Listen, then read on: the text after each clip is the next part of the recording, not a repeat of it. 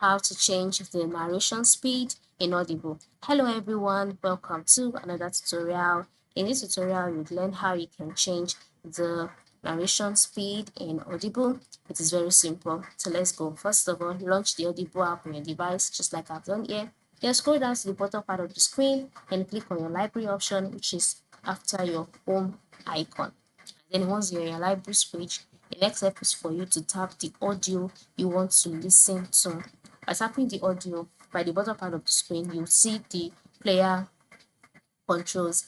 Click on it and the player controls will be enlarged. Once you can see this, you can see further controls like the forward, the backward. Then scroll down to the bottom part where you can see the speed icon. Okay, so click on that and then you see the different narration speed available. So go ahead and select the one that you'd like to change it to, and then once you're satisfied, just click on the any empty space on the player's page and go ahead and listen to your audiobook with the new narration speed.